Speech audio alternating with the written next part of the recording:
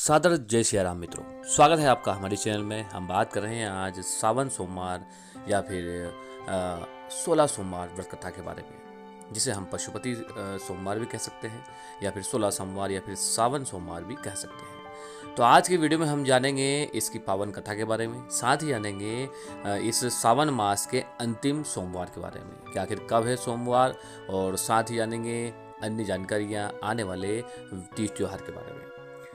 दोस्तों, सावन का प्रारंभ जो हुआ है 4 जुलाई से जो है यह सावन प्रारंभ हुआ है 2023 का, और सावन शिवरात्रि थी 15 जुलाई को, और अधिक मास का सावन जो है 18 जुलाई से लेकर 16 अगस्त तक रहने वाला है, और सावन की समाप्ति दोस्तों जो होगी वह होगी 31 अगस्त को।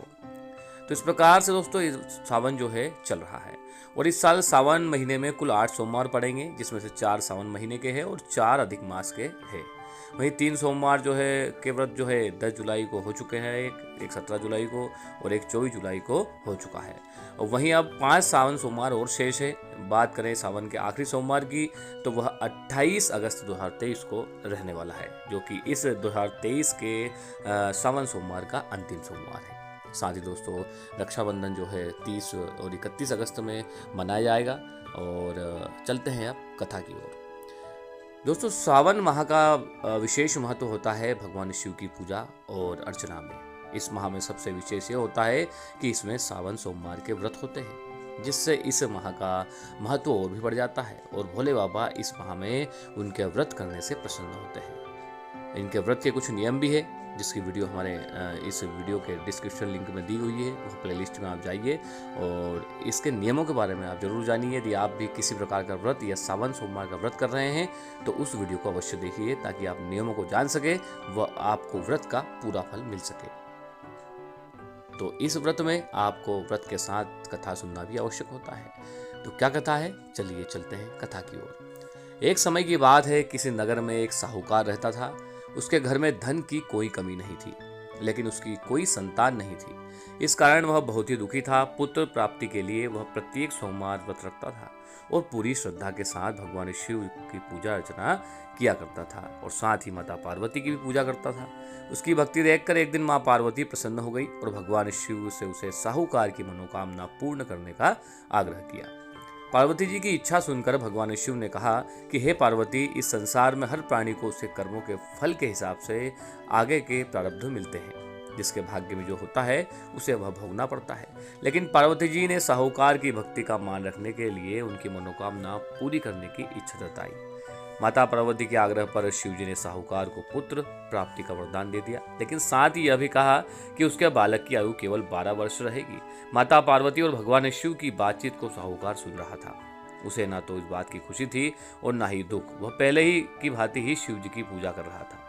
कुछ समय के बाद साहूकार के घर एक पुत्र का जन्म हुआ। जब वह बालक 11 वर्ष का हुआ तो उसे पढ़ने के लिए काशी भेज दिया गया। साहूकार ने पुत्र के मामा को बुलाकर उसे बहुत सारा धन दिया और कहा कि तुम इस बालक को काशी विद्या प्राप्ति के लिए ले जाओ और मार्ग में यज्ञ करना।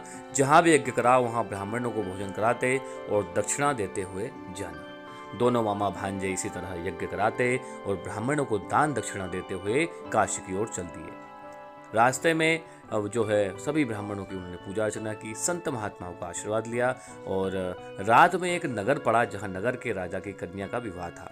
लेकिन जिस राजकुमार से उसका विवाह होने वाला था वह एक आंख से काना था।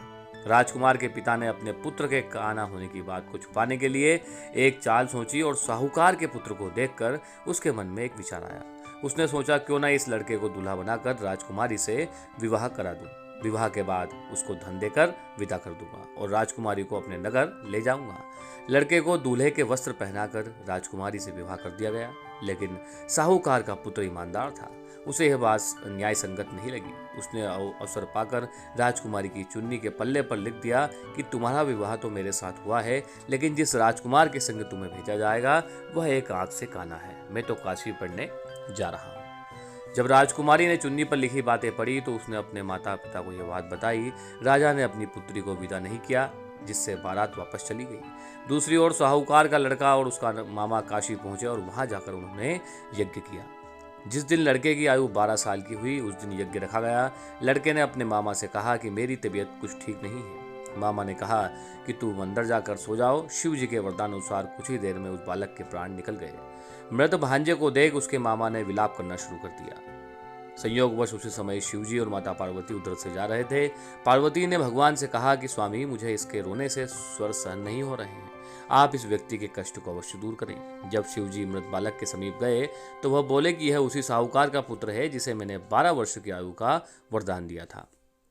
तब इसकी आयु पूरी हो चुकी है, लेकिन मातृ भाव से विभोर माता पार्वती ने कहा कि हे महादेव, आप इस बालक को और आयु देने की कृपा करें, अन्यथा इसके वियोग में इसके माता पिता भी मृत्यु को प्राप्त होंगे। माता पार्वती के आग्रह पर भगवान शिव ने उस लड़के को जीवित होने का वरदान दिया।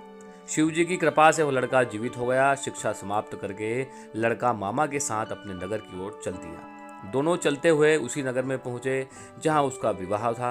उसी नगर में भी उन्होंने यज्ञ का आयोजन किया। उसी लड़के के ससुर ने उसे पहचान लिया और महल में ले जाकर उसकी खातिरदारी की और अपनी पुत्री को विदा किया। इधर साहूकार और उसकी पत्नी भूखे प्यासे रहकर बेटे की प्रतीक्षा कर रहे थे।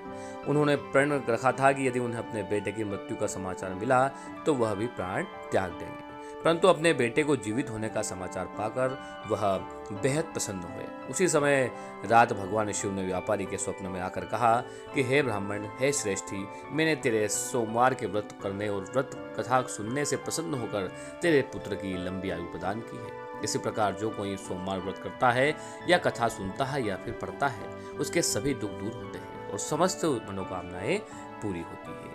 भगवान श्री भोलेश्वर, भगवान माता पार्वती, भगवान गजानन की जय।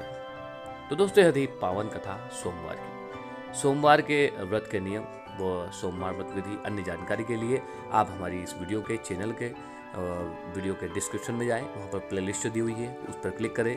वहाँ पर और भी आपको पौराणिक व धार्मिक जानकारी के लिए वीडियो मिलेगी, जिन्हें देखिए और शेयर कीजिए। साथ ही आप जो है चैनल को सब्सक्राइब करें, वो बेल आइकन दबाएं, जिससे अपडेट रहे आप सभी पौराणिक व धार्मिक जानकारियों से। सादर जय सिया राम मित्रों।